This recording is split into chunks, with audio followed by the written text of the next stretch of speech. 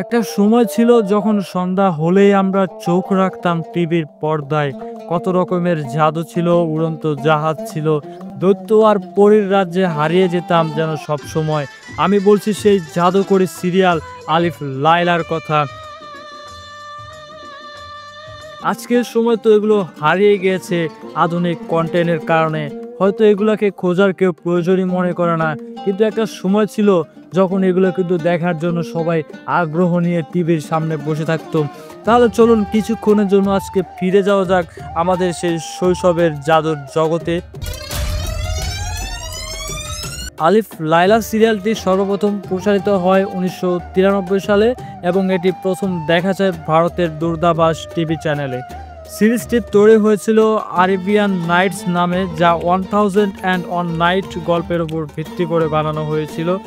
সিরিয়ালটির শুরুতে আমরা দেখতে পাই যে শেহজাবাদ নামে একটা রাজকুমারী ছিল, যে কিনা প্রতি রাতে রাজাকে গল্প শোনাতো। তার শোনানো গল্পর যেন এক একটা ছিল নতুন, রোমাঞ্চকর আর জাদুঘরে এক সম্ভাবনার কল্পনা।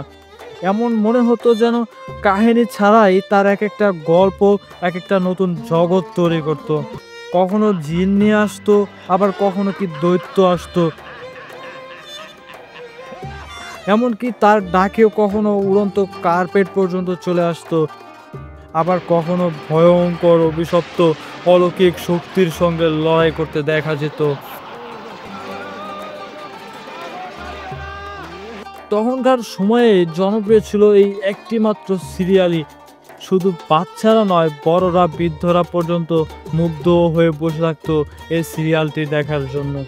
তখনকার সময়ে যে তাদের ভিজুয়াল ইফেক্ট, সেট ডিজাইন আর কস্টিউম ছিল, যা সবকিছু মিলিয়ে একেবারে অসাধারণ। আমাদের পরিস্থিতি মুখগুলোর মধ্যে সবচেয়ে জনপ্রিয় যাদের চিনতাম তাদের মধ্যে অনেকে রয়েছে, যেমন শেহজাবাদ, আলাদিন, সিনবাদ, আলিবাবা। তাদের চরিত্র সবার যেন বেশ পছন্দের হয়ে উঠেছিল। এমন মনে হতো যেন তাদের প্রত্যেকটা চরিত্র জীবন্ত হয়ে উঠেছিল আমাদের কল্পনায়। আলিফ লায়লা শুধু একটি সিরিয়ালই নয়, একটা সময় আমাদের বাবা মার আবেগ কল্পনা নিয়ে খেলতো। এমনকি আমাদেরও ছিল এমন আবেগ, তখন কাজ করতো।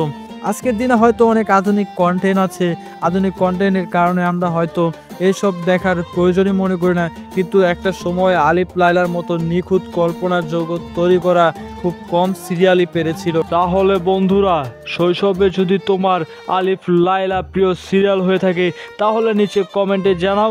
আর হ্যাঁ, ভিডিওটি ভালো লাগলে লাইক দিও, শেয়ার করো তোমার পছন্দের মানুষদেরকে, সাবস্ক্রাইব করে পাশে থাকা বেল আইকনটি বাজিয়ে দিও।